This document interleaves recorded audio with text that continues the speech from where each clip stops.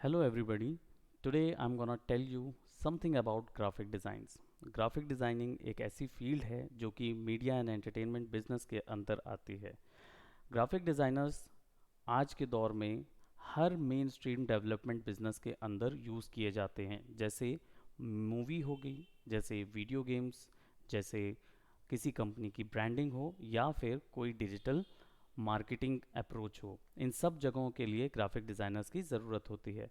अगर आप कोई नया बिज़नेस शुरू करते हैं तो भी ग्राफिक डिज़ाइनर की ज़रूरत पड़ती है, और अगर आपका बिज़नेस रीवैम्प करना हो या फिर उसे रीबूस्ट करना हो तो भी आपको एक ग्राफिक डिज़ाइनर की ज़रूरत पड़ती है। अब एक क्वेश्चन अराइज होता है कि ग्राफिक डिज़ाइंस कैसे किए जाते हैं या फिर ग्राफिक डिज़ाइनर बनने के लिए आपको क्या करना होगा। बहुत ही सिंपल है। ग्राफिक डिज़ाइनर बनने के लिए आपको वो सॉफ्टवेयर सीखने होंगे जिसका यूज़ करके ग्राफिक्स क्रिएट किए जाते हैं।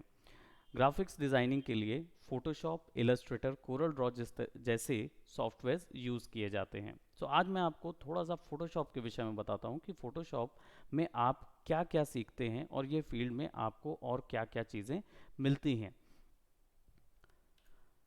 फोटोशॉप में हमेशा अमूमन जाना गया है कि फ़ोटोशॉप जो है वो इमेज एडिटिंग के लिए बहुत ज़्यादा यूज़ किया जाता है। जनरली इमेज एडिटिंग से हम ये मतलब समझते हैं किसी इमेज का कोई कलर चेंज कर देना या किसी इमेज में किसी पर्सन को कट करके दूसरे पर्सन को लगा देना। यह वह इमेज एडिटिंग के पोर्शन होते हैं, बट पर्टिकुलरली इसके चार different different types and topics होते हैं, जिनमें से कुछ टॉपिक अभी यहाँ पे हैं। इमेज मैनिपुलेशन वो टेक्निक है जो कि प्रमोशनल्स और प्रमोशनल पोस्टर्स के लिए, चाहे वो इंटरनेट के लिए हो, चाहे या फिर प्रिंट पब्लिशिंग के लिए हो या मैगजीन्स के लिए हो, इन जगहों पे इमेज मैनिपुलेशन बहुत ज़्यादा यूज़ किए जाते हैं।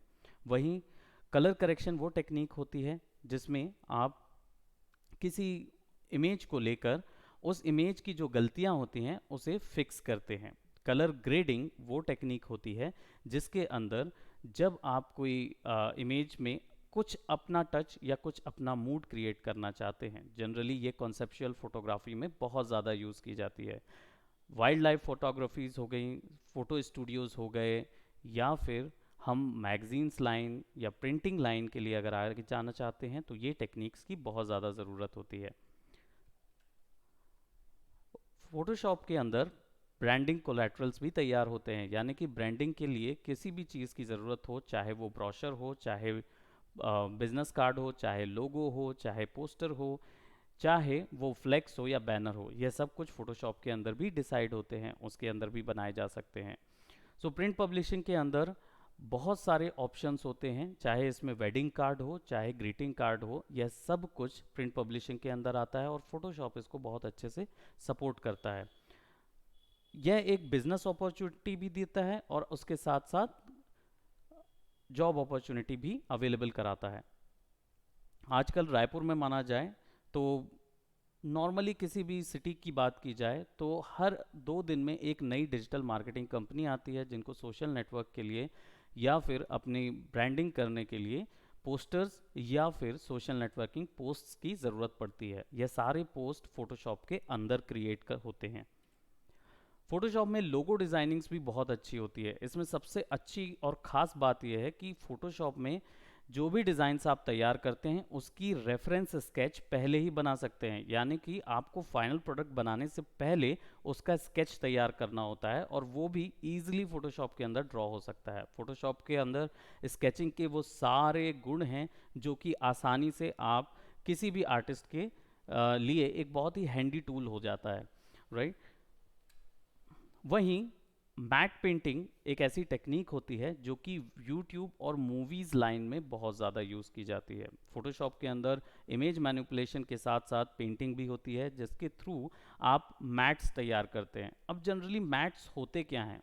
मैट एक्चुअली में वो इमेज होती है जो कि यूट्यूब या फिर यूट्यूबर्स बहुत ज़्यादा यूज़ करते हैं, या फैंटेसी मूवीज़ में जैसे कि बाहुबली हो गई, या फिर हम एवेंजर्स की बात करें तो इसमें जो कैरेक्टर्स होते हैं वो अपने पीछे, इसमें जनरली होता क्या है कि पीछे एक ग्रीन कलर का पर्दा लगाया जाता है और उस ग्रीन कलर के पर्दे को हम डिलीट कर देते हैं या फिर सॉफ्टवेयर से, आफ्टर इफेक्ट जैसे सॉफ्टवेयर से रिमूव कर देते हैं, और उस जगह जो इमेज रखी जाती है वो फोटोशॉप की इमेज होती है। इससे इन्वायरमेंट बहुत ही डिफरेंट नज़र आता है और आप आसानी से किसी भी तरीके का एनवायरनमेंट तैयार कर सकते हैं। मैट पेंटिंग आर्टिस्ट अभी इस दौर में मूवी इंडस्ट्री के सबसे ज़्यादा जाना माने आर्टिस्ट होते हैं, क्योंकि इनके बनाए हुए बैकग्राउंड से बहुत सारा सेट का खर्चा बच जाता है। फोटोशॉप में डिजिटल पेंटिंग भी होती है। डिजिटल पेंटिंग जनरली यूज़ की जाती है कॉन्सेप्ट आर्ट के लिए। अगर आपके पास कोई नया कॉन्सेप्ट है, अगर आपके पास कोई नया आइडिया है, तो आप डेफिनेटली उसको फोटोशॉप में क्रिएट करके बना सकते हैं। और सबसे खास बात यह है कि फोटोशॉप की डिजिटल पेंटिंग बहुत ही यूनिक होती है। इसका रीज़न ये है कि फ़ोटोशॉप के अंदर शुरुआत में ही आपको 16,70,000 कलर की रेंज मिलती है, जो कि किसी और सॉफ्टवेयर्स में बहुत ही मुश्किल से आपको प्रोवाइड होती है। प्लस ये 16,70,000 कलर की रेंज मल्टीप्लाइड बाय 4 की जा सकती है, यानी कि अगर मैं बात करूं तो यह आपको कम से कम 62 बिलियन तक की रेंज दे सकता है। इतना ज़्यादा हैंडी है फ़ोटोशॉप डिजिटल पेंटिंग के लिए। इसका यूज़ करके हम जनरली मूवीज़ के कॉन्सेप्ट, वीडियो गेम्स के कॉन्सेप्ट या फिर कॉमिक बुक लाइन पे भी जाते हैं। अदर देन दैट हम इसका टी शर्ट प्रिंट्स और पैटर्न प्रिंटिंग, जो कि फैशन डिज़ाइनिंग में बहुत ज़्यादा यूज़ होता है, उसके लिए भी इसका उपयोग करते हैं।